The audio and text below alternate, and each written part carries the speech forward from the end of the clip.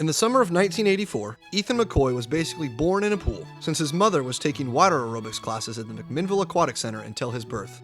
He joined the Mac Swim Club at the age of 5 and experienced some quick success, even though his physical size was smaller than most of his peers. His competitive nature sculpted him into a versatile medley swimmer with great endurance and lightning speed. Well, I remember Ethan as being a very aware kid. He always knew what was going on and really fast. And just that I was surprised at how aware he was of everything going on. Really ahead of his time for his age group, you know. Very smart kid. I remember him being a little guy. If you looked at him now, he's not a little guy, but he was little then. Little for his age and very fast. When he started out, I had a pretty good group of 8 and under boys that were swimming, and he, as a 7-year-old, was probably one of the fastest 8 and unders in the state, but he hadn't swum in a meet yet because I hadn't been able to get him over in the deep water. He was actually scared of the deep water, and so we were swimming in the small pool, and he just was super quick and fast, but we couldn't get him to swim in a meet because he was afraid of that deep water. So somebody had told him there were sharks in the pool, and he wasn't too anxious. I'm thinking he's probably 6 or 7 at that age. The relays would be 8 and under, so 7 when he really got the bug, I'd say. And he found out he was real successful at it, so he was off and running. And when he finally coaxed him over, getting him into the deep water, and he got that under his belt, he took off. I mean, he was good from day one.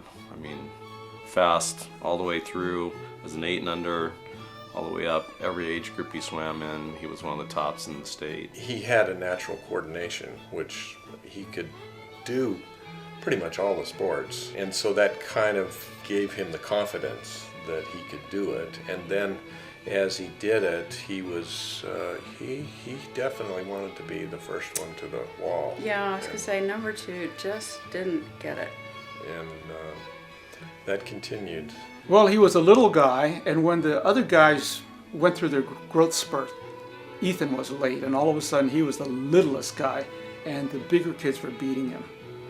And Ethan did not like to lose.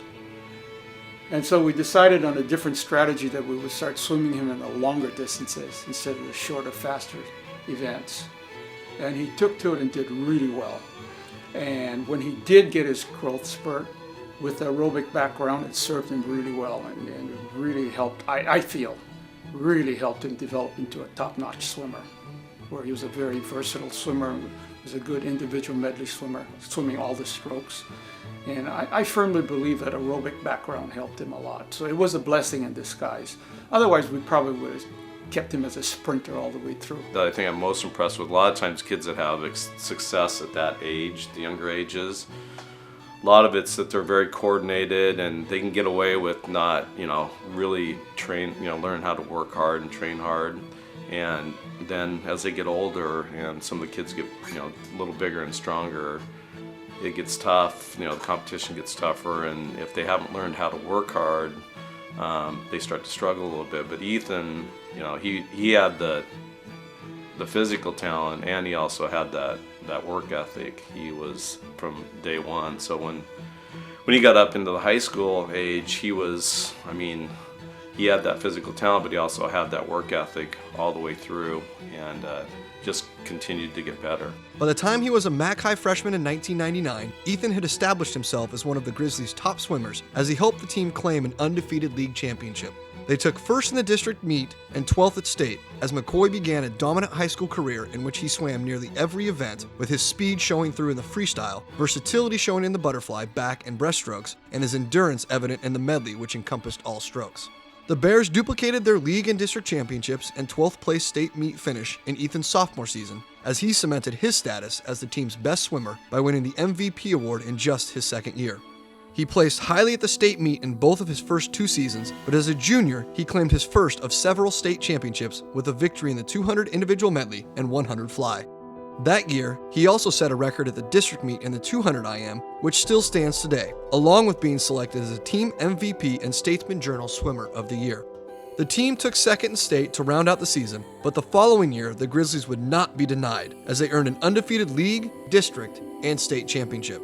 Ethan finished his amazing high school career by winning 2 more state championships in the 200 and 400 freestyle relays, as well as repeating as the team MVP and Statesman Journal Swimmer of the Year. He was a guy that you always wanted to be anchored in your relay at the end, and if the relay was close and he had any chance, if he was behind, if he had any chance of catching, he was going to catch the person. I mean, he didn't like to lose. It was a career that garnered 13 individual district championships while qualifying for the state meet 14 different times, earning him 4 state championships and 5 All-American selections, including 3 honorable mentions and 2 first teams. He challenged me as a coach. I had to, in high school, it was very challenging to challenge him with the kind of practices I ran. I had to up my level and, come up with ways to make him, to challenge him and make him better, which in turn, was good for all the kids on the team. I had to make some really tough practices. With him swimming those practices, the rest of